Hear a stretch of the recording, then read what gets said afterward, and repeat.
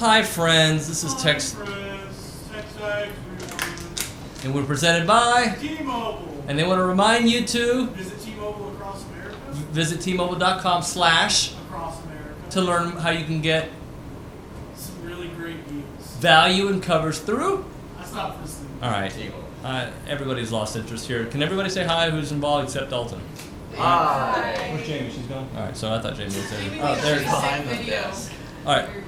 Really had a good show, and you know why we had a good show? Because that lady back there, who hasn't been around the last couple of days, but she put together an amazing piece for Gary Blair that many of you have already seen on our site. But we got to play it for Gary. I was sitting next to Gary as we played this piece, and it was awesome. So we had the great Gary Blair in studio. That was fun. During the go hour, Olin Buchanan wore his black undershirt, which is awkward. But he talked a little bit about the top 25 coaches in college football. We did a Go Hour Extended, kept it going with OB as he's headed to Tampa for the big NCAA SEC tournament round matchup. I can't speak English, and people are Soon to be NCAA tournament. hopefully. On wood. Yeah. Recruiting Country, who was on there? What's his name? Ronnie Brauninger. Me! Did he call him Ronnie Brauninger? Is that what you just said? Yeah. His name is Ryan. And Kendall Rogers of D1 Baseball. This has been a very long intro to a pretty average. Never mind, just watch. It was brought to my attention, and let me talk out of two sides of my mouth. I don't care about rankings because they're just somebody's opinion. Okay, outside of like college football playoff rankings, right?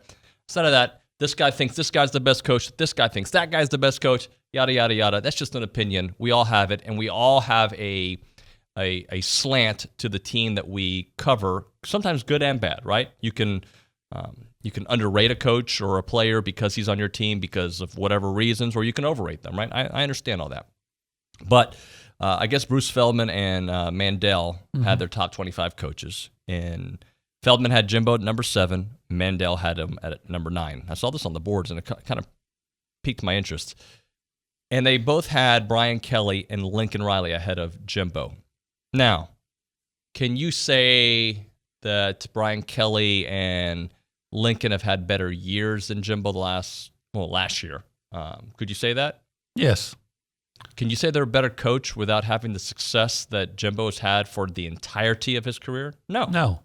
In fact, Lincoln Riley, he took over a very successful program that was established by Bob Stoops in a conference that is, let's face it, it's weak.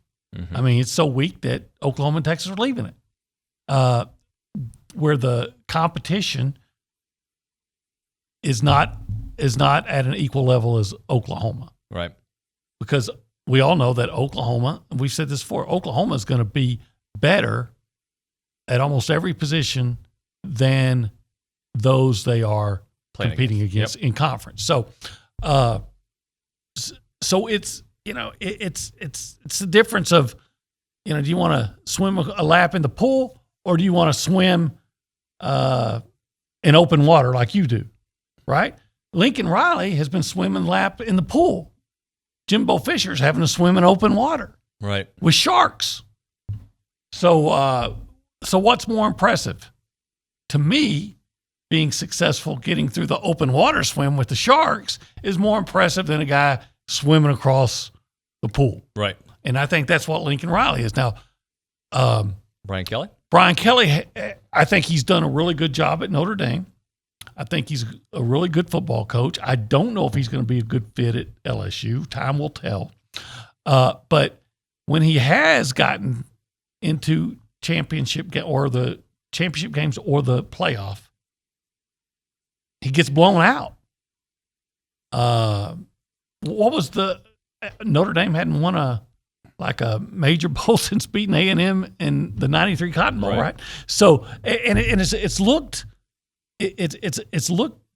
bad. It's been gnarly. It's been awful the way they've gotten beat. I think didn't Clemson beat them like 30-3? Yeah. And Alabama, the championship game 2012, blew them out, and then they blew them out again. So, which one of those three guys has won a national championship?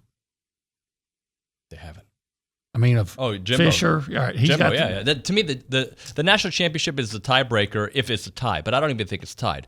Who needs to step up? Not the guy. Who needs to step up? Because I got an idea. Yeah, I'm going to say Wade Taylor. That's what I have, yeah. But you're starting to feel like you got a good understanding of the three guys that have got to lead the way, right? Boots, Q, Henry Coleman. Those three guys got to lead the way. But they need help because Florida's going to adjust their. They know that they're going to try to take some of that away. And Henry only had 4 points when A&M beat Florida. But you know who had about 8 or 9? Wade Taylor. Yeah. And 3 of them came on 3 straight free throws that gave A&M the lead with 19 seconds.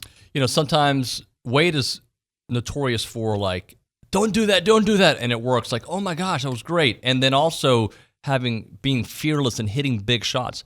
He also sometimes gets a little bit too erratic with the ball, but that's part of his charm, his greatness too, right? The playing with that kind of that loose cannon edge at times is what makes him great. We just want you to pick and choose your battles when you do it, especially when you have others that are playing at a high level like Quentin Jackson and Boots Radford and Henry Coleman. Yeah, Wade Taylor is kind of like, my teenage son. Man, you love the guy, but sometimes he does things that don't make sense and make you want to tear your hair out. But then he does something that makes you really proud of him. It's just, and that's Wade. Sometimes you're like, why are you shooting that shot? Why are you, he'll come out. Now, he has no conscience when it comes to shooting. He hadn't ever seen a shot he didn't like. And he will take some shots and you'll be like, because he was something like, before the last game, he was something like 5 of 37 on his last several games in 3-point attempts. Yep. And then he missed his first couple, but then he hit 2 really big ones. So if you could tell me that Wade Taylor is going to score 10 points and, just not have a lot of turnovers, just, be steady, I'm going to feel really good about A&M's chances to win because I feel like now I can count on Radford and Q Jackson to score in double figures. And Henry Coleman's going to have some problems, I think, because he's 6'8", maybe, and he's going to have a 6'11" guy on him. Yep. And he does seem to struggle against tall. Bigger now guys, it gets better. It's getting better because he's also now with Q Jackson and Radford being able to penetrate, and they're drawing those big guys to them, and they're dumping it off to Coleman, and he can finish. But I don't think that you can go into this game thinking that Henry Coleman is going to get you another one of those, 18-point, 10-rebound kind of game. Hey, so I know Jason Howell spoke with Jalen Hale. What can you help kind of shed a little bit of light of that story? Yeah, I think A&M obviously in a very good spot with a kid from Longview. With A&M getting Haynes King was a big deal for their perception in East Texas, and then obviously within Longview. And Jason went by there and talked to Jalen, and he spoke very highly of his visits to A&M in Alabama. He's got 4 official visits already scheduled. A&M does not have an official yet. There's that 5th one's open. I believe Jason said it would probably be A&M in his update. It'll probably be A&M for Jalen Hale as that 5th official visit. And if it's not, it's okay because I think Jalen is really familiar with A&M. We've seen this before where a kid didn't take an official to A&M and they got him. It was 2 cycles ago, and now it's slipping my mind. But I do know that it's happened, and especially if it's a kid that is so familiar with what goes on in College Station on a game day, and he's got obviously a great resource in Haynes, a close friend of his that's been here for a couple of years now and can kind of tell him the ins and outs of playing football at A&M and under Jimbo Fisher. So A&M's got that kind of ace in their back pocket to play when they need to. But 5-star receiver, really super talented kid. He came to camp last summer on the same day that Connor Wigman was here, and they had a couple of really nice connections that kind of wowed the people that were in attendance and highlighted what kind of player that Jalen Hale is. And when you start categorizing 5-star receivers, he checks every box. In this class, he's in the top 5. Okay. I mean, he's I think he's our last 5-star. David Hicks Anthony Hill, Reuben Owens, Jalen Hale, and then I think Jonte Cook is the number 5, but he's not a 5-star. I think we got 4 5-stars, and I think Jalen Hale is the 4th one. Why would I even guess when I have it right here and I could just look it up? Well, I'll buy you some time here. And, it's when you think about the kind of wide receiver. Oh, Jalen Hale 6. Javian Toviano is 4. Okay. So he's a top 6 player in the state. Probably interchangeable with Jonte Cook as the top wide receiver. Is Texas the best baseball team in the country, even though they're coming off a loss? They only have one. They're 12-1. They have the number 1 ranking for such a long time. Just are they legitimately the best team? They definitely are. I've seen Arkansas, who's in our top 3 right now, and I've seen Texas. There's no question on mine who the better team as of today is. The thing about Texas is they lost to UCLA, but they scratched the number 3 starter and ended up starting, a guy that, would pitch on a Wednesday for them usually because they held their Tuesday starter for last night against Texas State. So, that game didn't really tell me a lot. But I just think when you look at those guys, they're really deep offensively. They probably have the best rotation in college baseball with Pete Hansen, Tanner Witt, and Tristan Stevens. And, they have just enough in the bullpen. And by the way, the other thing about Texas is, and you'll start to hear about this a lot as the season progresses with a lot of teams, is they're really, really old.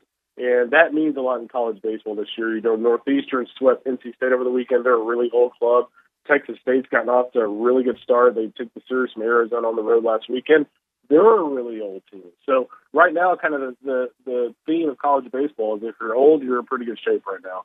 And back to the SEC West, Ole Miss, they are the real deal?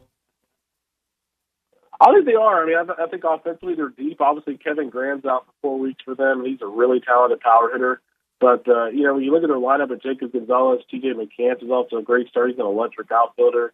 Obviously Tim Elko's back, and he actually has 2 knees this year. So, he's had a decent start from a power standpoint. And then, the only thing that you can look at Ole Miss and go, okay, I'm not 100% sure about them just yet, is in the weekend rotation.